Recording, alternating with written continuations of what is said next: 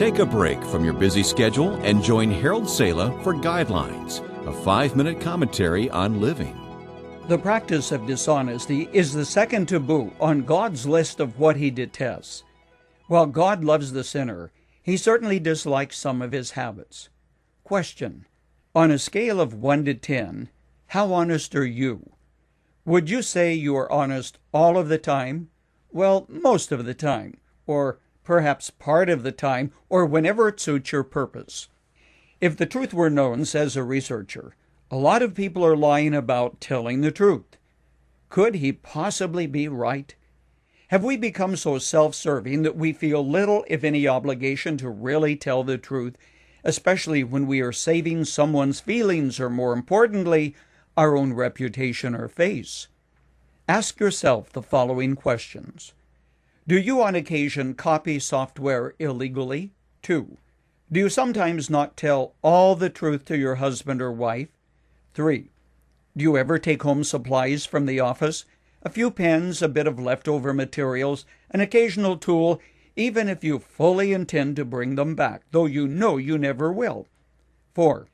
When you return home from a trip, do you ever find yourself forgetting, perhaps on purpose, to declare some overseas purchases when you get to customs? 5. Do you make personal phone calls from work? 6. Do you ever occasionally fudge on your taxes or forget to declare income which you are quite certain cannot be traced? A Gallup survey indicated that 69% of all people admitted to practicing some form of dishonesty. The vast majority of all those questioned admitted to lying. Yet all researchers say that when it comes to admitting cheating, whether it is on your employer or your husband or wife, we all tend to see ourselves as better than we really are. No wonder Proverbs 16:2 says, "All a man's ways seem innocent to him, but motives are weighed by the Lord." Has lying become so common that we excuse it as being part of our humanness? We'll put another way, if religious convictions produce honesty in people, it's time for a revival of old-fashioned beliefs and practices. When someone is caught in a lie, we tend to excuse it as misinformation. God, however, still calls it what it is, a lie. 3,000 years ago, Solomon cataloged some of the human foibles and failures which God in particular doesn't happen to excuse.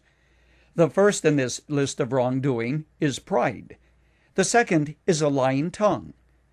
Why does God put this so close to the top of the list of habits which He literally despises? Let me put the question another way. Upon what is trust based in your own family? Honestly telling the unvarnished truth, the whole truth, and nothing but the truth, as you affirm under oath when you go to court, is the very fabric of our relationships. Once you know that someone can look you in the eye and lie to you, you're never quite certain whether he or she means it when he says, "I love you," or "You're the only one in my life." From God's perspective, there is no such thing as a white lie. Either you are telling the truth or you are lying. A man who is faithful to his wife 97% of the time is still an unfaithful husband. Likewise, telling the truth most of the time will never satisfy the demands of a loving, growing relationship. A final thought. God never laid down guidelines for living, including the call to honesty, to make you miserable, but He did it because it's right.